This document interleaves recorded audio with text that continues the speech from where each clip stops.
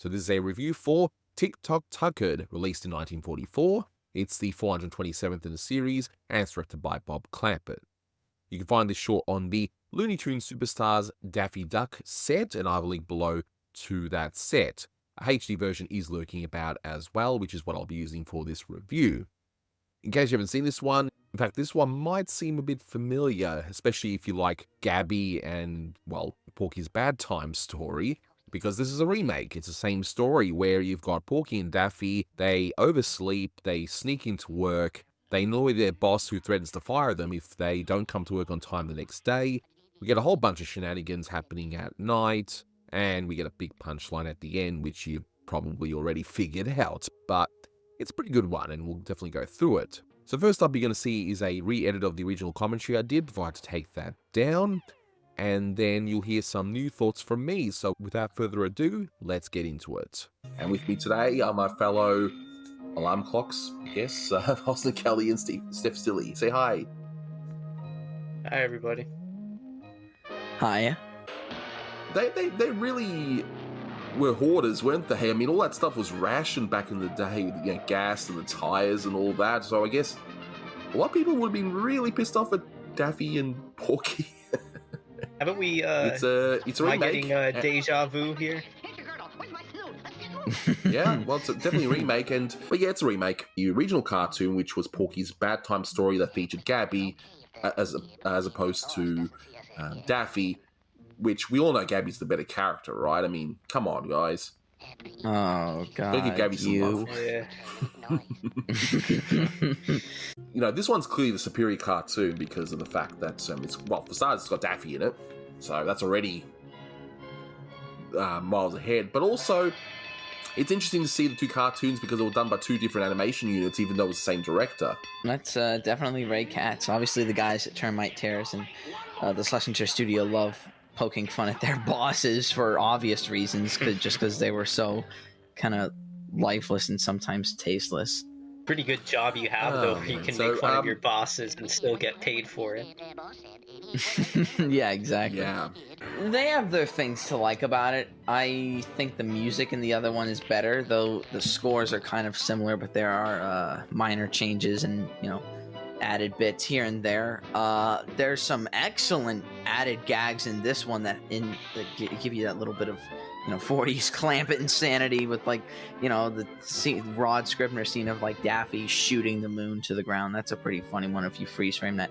And this is reused animation from Notes to You, and it's totally jarring because it's this Dick Bickenback's original stuff, and it's just this ugly looking off-model Porky against those, you know, already odd-looking Porky's traced from the iWorks unit. They're so similar, it's really hard to say, I guess. I've seen the other one more, I guess, so I guess I slightly favor that one, but this one's not bad, at least as far as a remake goes. Look, for a remake, you know, I think it's a solid cartoon and it adds a few ideas. I mean, if you're going to remake something, you need to improve it, and that's what I think is the problem with a lot of remakes in Hollywood in general.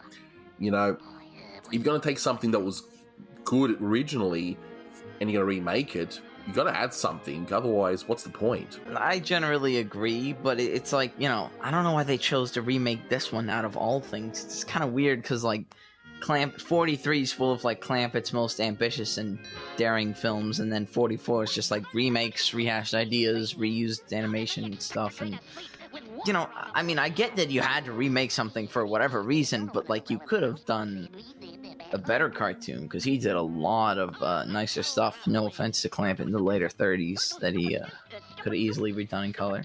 I gotta love the punchline at the end. I mean, yeah, we know what it is. That's okay. It's a Sunday, but you know, it still cracks me up every time because it's just you know it's coming. You know there's gonna be something like that in a short like this, but it just makes you smile.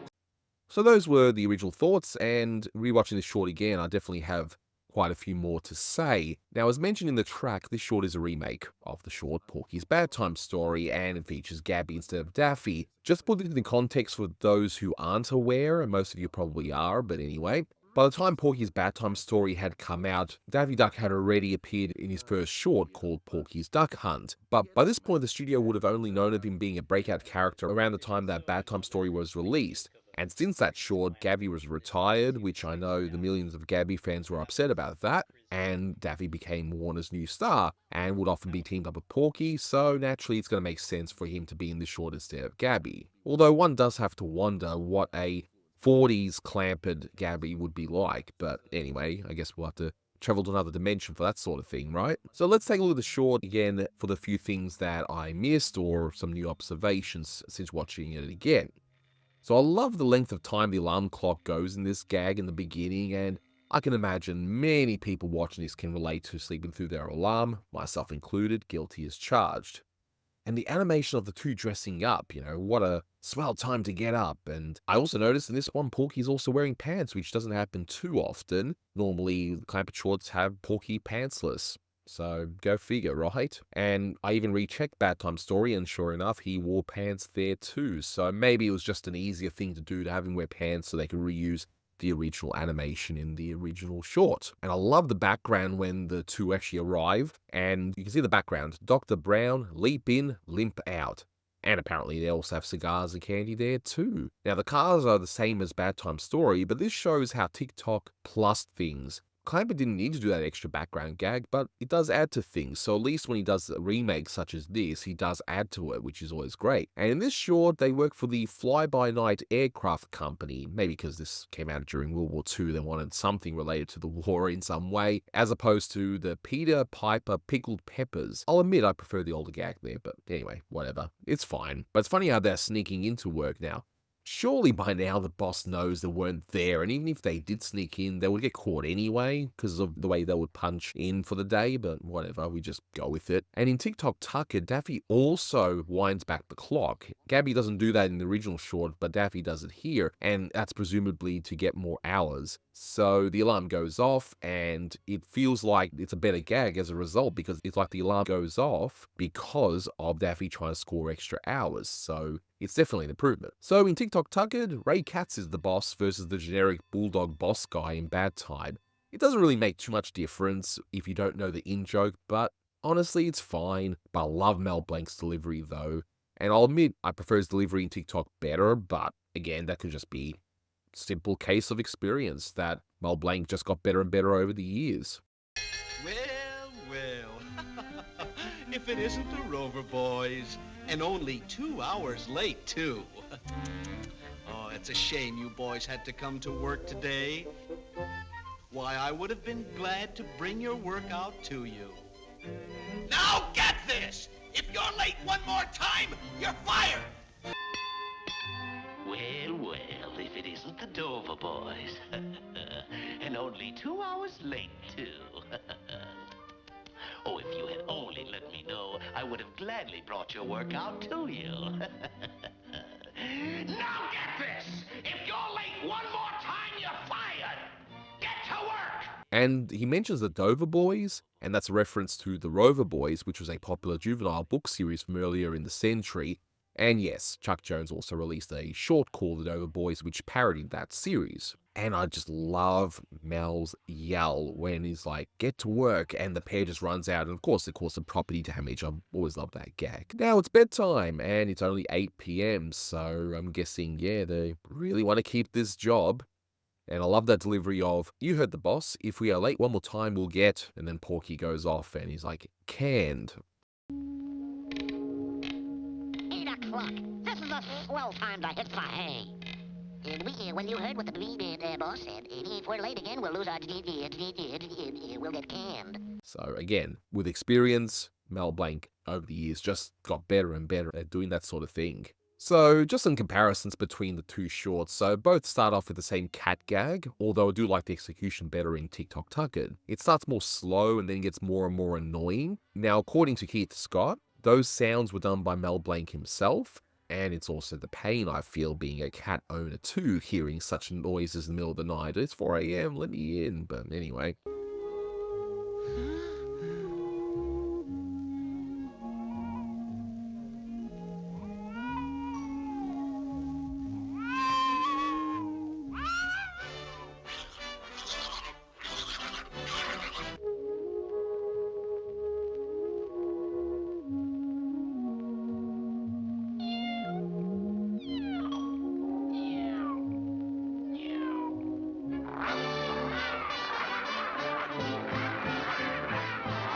So unlike in Badtime story, Porky just goes straight up to the window, but here we get that build up first, which again is another example of plussing in this remake. And I just love the animation of the shoe being thrown to Porky. So again, we're seeing the same sort of story as before, but we definitely get some improvements in terms of animation. So, unlike Badtime story, as mentioned in the track already, that there is a scene of a reuse, which is from Notes to You, and that actually adds to the whole sequence. Some may not deem it necessary, but for what it is, it's completely fine. But I am trying to figure out the whole Falcon Returns reference. I know there was a movie series starring initially George Sanders, where he was a detective known as the Falcon, and that was adapted from novels in the 1930s, but I don't see any books or novels with those titles, so if you guys know more about that, definitely let me know in the comments below, because I really want to know about it. So in Badtime story, there was an extra scene where a bug flies in, but that scene wasn't redone here, and we go straight to the Moonlight bit. So my guess is that Clampett just felt that reusing the Notes to You bit would be more funnier than reusing the actual bug scene, but whatever. And the whole Moonlight scene plays out mostly the same, but with a wonderful added bit. Daffy here gets up with that wonderful eyeball, and in a scene showing off just how big of an improvement Clampett was between the two shorts, Daffy shoots the mood and says, "Unbelievable, isn't it?" Love it. Just the animation of that bit is fantastic.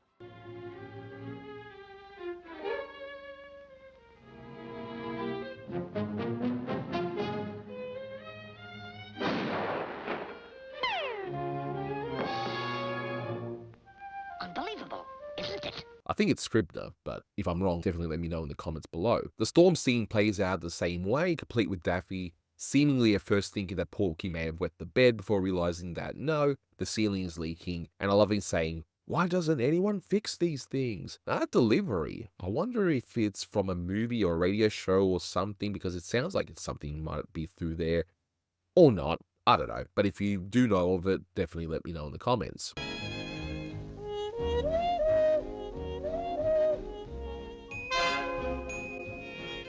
Why don't somebody fix these things? How do they expect a guy to sleep with water on the brain?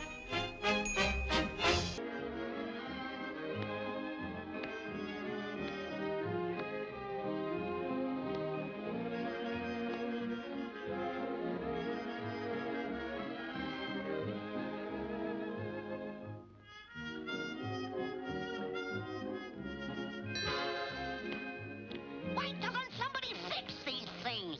How do they expect a guy to sleep with water on the brain?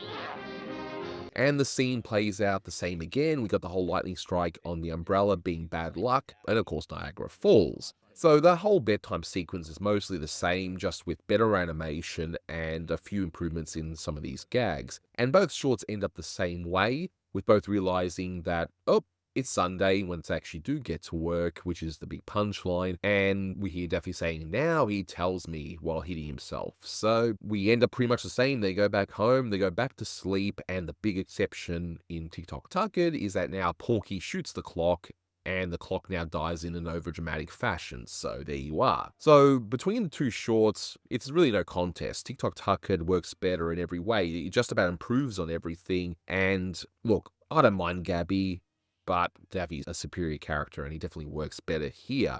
This one gets an 8 out of 10 for me.